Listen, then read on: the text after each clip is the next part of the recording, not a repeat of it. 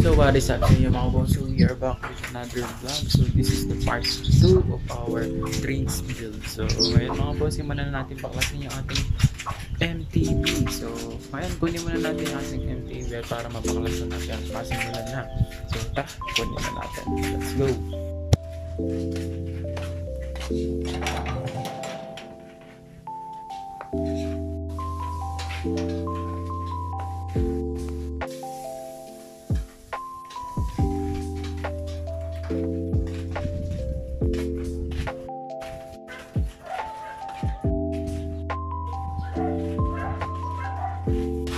So ito na nga yung ating project bike. So ngayon mga boss, ang una natin gagawin dito sa ating project bike ay magbabaklas tayo. So ang una natin babaklasin is itong kanyang mga shifters, grips, and mga shifters na yung combo shifters natin. Tapos sunod yung mga kable, tatanggalin muna natin yun. Pero yung sa caliper iwan na natin. Tapos sunod natin tatanggalin is yung kanyang RD. Ayan, RD tsaka yung kanyang FD. Ayan silang dalawa. Tapos yung chain, babaklasin din natin yan. Tapos ayan, iwan din yung caliper sa likod. Tapos para kasi papalitan natin yung kanyang mga shifters tsaka yung mga levers niya. So ayan, i-rewiring ulit natin. So ngayon simulan na natin siyang baklasin. So let's go.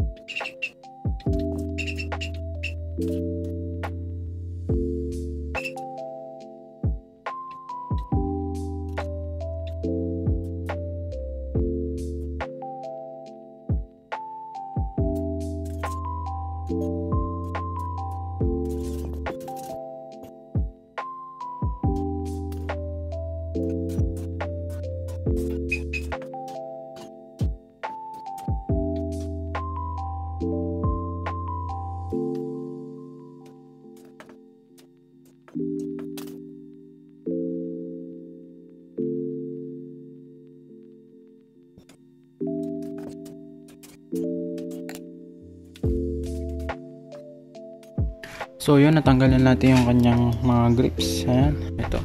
Hirap nyo tanggalin, sobrang sticky. Pero yun, natanggal naman natin. So ngayon, next naman natanggalin is yung kanyang B-brake. So let's go.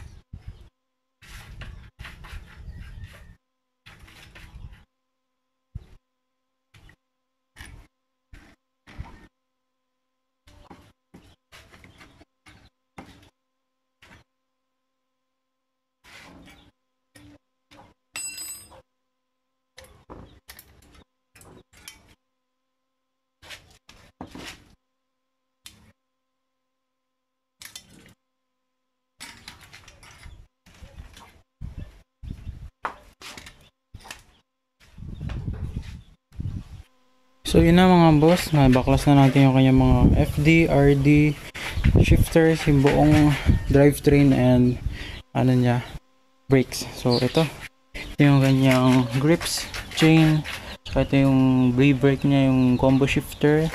So ito yung RD, ito yung pang FD, ito yung pang FD na B-brake, combo shifter natin sa mga cable. So ngayon ay ganyan muna natin siya, babaklasin muna natin siya dahil papalitan natin siya ng kanyang RD, tas mga lever and shifters. So mag-upgrade tayo. So ito na muna ang ating part 2 ng ating build. So abangan nyo sa susunod, sa part 3 ay open ulit natin to at ilo-lowered natin. Tapos makikita nyo yung ating stem. Tapos makikita natin kung gaano kaganda yung tindig niya. So yun lang mga boss.